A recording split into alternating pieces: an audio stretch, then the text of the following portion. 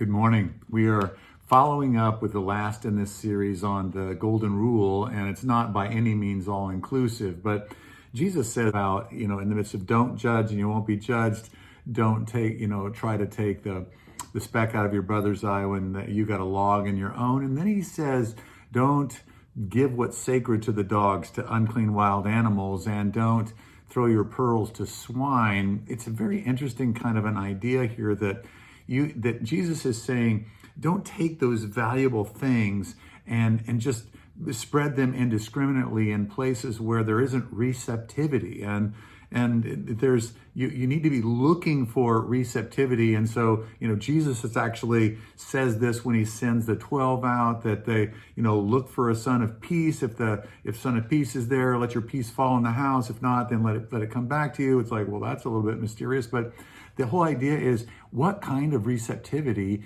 are you getting? What kind of receptivity are the people giving you? And so when you're going to bring gentle correction to take the speck out of a brother or sister's eye, that you are looking for receptivity. And when we talked about this idea of your relational circuitry, is your relational circuitry, is the door open so that you can receive and give communication, or is it closed? And this is a case with pretty much every relationship. That in a marriage, when you first end up, going out and dating, your relational circuitry is open, and you're open and honest with each other, and you share and receive from each other, and it's just so delightful. But over time, as you kind of, get into a rut, let's just say, that your relational circuitry can, well, he said that or she said that, and over time, your relational circuitry just closes, and so you're not receptive to the other person, and the result of that is that the intimacy is sort of,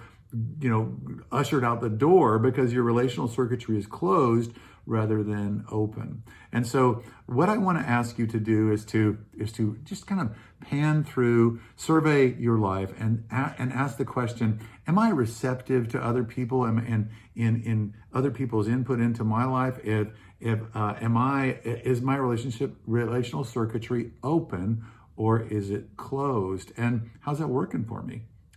Is it working well, just being protected all the time, or is there something better? I want to tell you, there is something better. And that is to have people in your life that love you, and to open up your heart and be able to receive and to give and to enjoy life. That's one of the keys that fuels your joy.